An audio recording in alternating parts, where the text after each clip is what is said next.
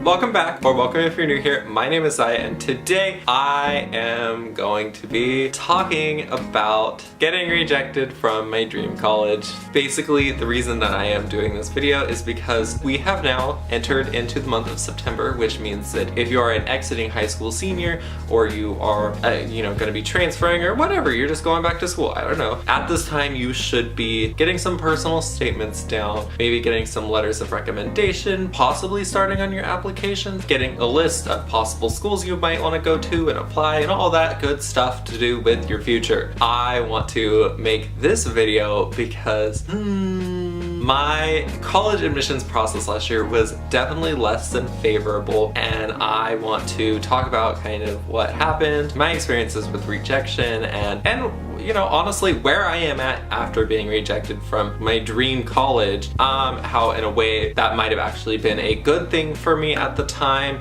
but I might not have seen it. Anyways, if this is your first time ever watching my videos, well, it probably is. This is probably gonna be a weird video for you to watch, but if you would like to, if you like the idea, the message, whatever, and you wanna subscribe, feel free to do so. Also, like this video just for fun. Yeah, but without further ado, let's just get into this video. So first of all, I actually just wanna say that I'm probably going to be still seeming like I'm talking about this in a upbeat manner with editing and all that stuff. And I really just want to say that while college rejection is not a desirable topic, I feel like at this point it's like something that I just embrace and am happy to talk to other people about. I'm just gonna explain this in case you happen to like this video so much and you watch any of my other ones. I know I have said that I am a sophomore in college, which technically speaking, that is true. When I talk about my admissions process, I do talk about last year. So basically what happened is I went to high school for 3 years, and then I spent my 4th year in a dual enrollment college immersion program where basically I spent the entire year finishing my high school curriculum and getting my first year of college out of the way at a local community college. So if that makes any sense.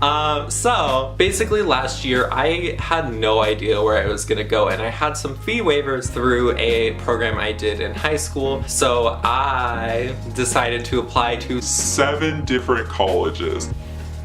7 different schools. And this is a key part. When selecting the schools, I really tried to apply to schools that it was basically a go to get into, because up until this point in my life, I had never ever experienced any kind of rejection. I lived in a super small town. I was kind of one of the more like overachiever type people, I guess. So basically anything I applied for, job opportunities, trips, whatever, I had gotten. So I had become accustomed to that. And I just didn't like the idea of being rejected at all, because I had never experienced it before ever. This is a key element to my overarching message of this video that I want to hopefully express. So back to the story. I had no idea where I was gonna go. So out of just fun, and because I had a fee waiver, so it was literally costing me nothing, I decided to apply to the University of California at Santa Cruz. I went on their website and I basically went through all the UC colleges, and I basically applied to like the 3 that I knew that I could get into based on previous SAT scores and GPA admissions. Oh, another important element of the story, I know I'm kind of jumping around, but because I was on a college campus, there is a lot of scouts that come to the campus to kind of look for transfer students and talk to them. I actually met with a representative from UC Santa Cruz a couple days before the application was due. We basically went through all of my free response questions, my grades, my AP scores, my SAT scores, everything that I needed to get in, and he basically told me it should be a guaranteed acceptance. I don't know about in other places, but in California, you submit your applications by the end of November, and then you find out in March. So you have a good solid like couple months to really figure out where you want to go next year. Remember, I applied to 7 different schools and I had no idea where I wanted to go. So with that piece of information, over the next couple of months, I went to the campus, I fell in love with the campus, I kept having what he told me in the back of my mind saying like, it's for sure, like you're getting in, like there's no question about it, with someone with your SAT scores and all that good jazz, like you should be fine. And I finally settled on the University of California, Santa Cruz. That is where I wanted to go. I was not going to stop until I got there. So I had convinced myself, I told basically all my closest family and friends that I was going to be going to the University of California, Santa Cruz next fall. Yeah, so we're kind of waiting, but basically I was sold that I was going to be going to this school. Also, I just want to say that I applied for psychology, which is a very impacted major. Fast forward all the way till about the end of February, early March. I was only waiting to hear from 2 other schools schools, and that was UC Santa Cruz and UC Davis. I had a pretty good selection of schools, but I did not care. I did not want to go to any of the other ones. So beginning of March, I heard back from UC Davis and I got a waitlist decision, and I was like, what is this? I don't know if I was just living under a rock, but I thought it was just a yes or a no. But there is a third, and it is basically the purgatory of college admissions, and that is a waitlist decision, which basically means, yeah, we like you, but like we over admitted, so like if we're under our quota, then we'll admit you, but also just accept another school, and then if we admit you, cancel that other school and go with us, okay? And so I got that from Davis, and I was like, cool. If I got waitlisted to UC Davis, that means I probably will get into UC Santa Cruz just because the stats and stuff were significantly lower.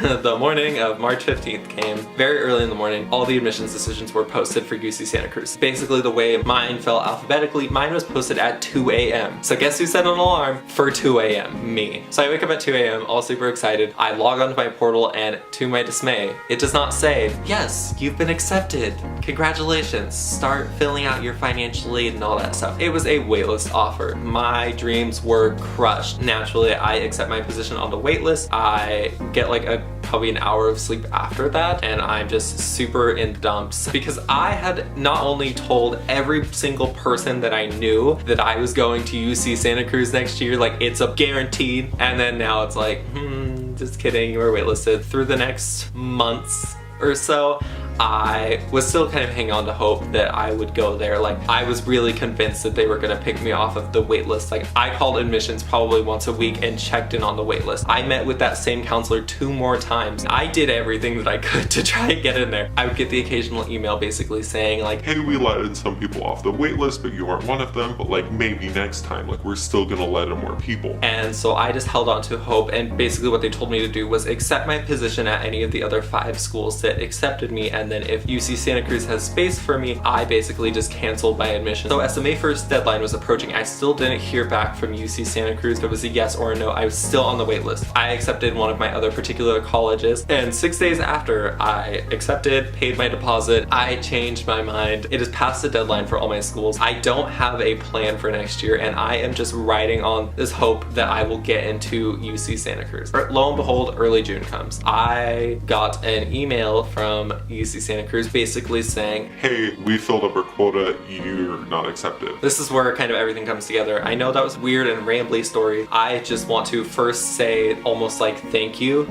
to UC Santa Cruz, which is so weird, for that decision. And the reason why is because before that, I had never, ever experienced rejection from anything. I thought that anything that I did, as long as I wanted it bad enough, that it would happen. And that is just not true. And it was such a good learning experience. As much as I wanted to go to UC Santa Cruz, as much as I called them every single week, as much as I talked to admissions counselors and sent emails and checked my portal and did every single thing, and there are some things that you have to relinquish control of, and that is definitely one of those things, is like big life decisions. And so for that, it definitely did teach me that you're not gonna get everything you want in life. I was just always like put onto this pedestal because I did well academically, so it was almost like this decision really did work to kind of bring me back down and realize like, oh, I'm not this untouchable person that just gets everything that they want just because I want it bad enough. Second of all, I was really not ready going to school. I was fantasizing about going to these faraway places because everybody around me was doing that, and I didn't really know what I wanted to do. And so when I said I applied to 7 different schools, that's the reason I applied to so many different ones, is because I had no idea what I wanted to do. And then in terms of major, every single school I applied to a different major because I didn't know what I wanted to do. And I feel like I was kind of rushed into the process of, you know, you're gonna apply to college and you're gonna go here and you're gonna get it done super fast and all this stuff. And it's like, that may work for some people, but that really doesn't work for me. And I think especially because I did well academically in high school, it was like I was really feeling pressured, and it really did kind of give me an opportunity. This decision was almost like a blessing in disguise, because not only did it teach me that I'm not going to get everything that I want in life no matter how bad I want it, and that is something something that's okay, and it's okay to relinquish control over situations, but also did give me an opportunity to really step back, find the pace in which I want to go in life outside of kind of social influences that come with being in a small community where you're constantly compared to other people. So to wrap up my kind of open letter about getting rejected from my dream college, it is an experience that I'm super thankful for. Anyways, so that is all for today's video. If you are watching this and you have been in a similar situation, I do just want to say that it does seem like it sucks so bad right now, but like if you think back maybe in a year, like it could be a blessing in disguise. Yeah, in terms of my feelings towards UC Santa Cruz, I hold no resentment to them. I'm actually so grateful for that decision because it's really opened up so many opportunities to me to expand and grow as a person. The school is a great school, and I just wasn't right for the school at the time. Anyways, thank you so much for watching. I hope you were able to get something out of this. If you haven't already, make sure to go down there, hit that subscribe button, like this video, do whatever you need to do. Other than that, have a wonderful day, and alright, bye!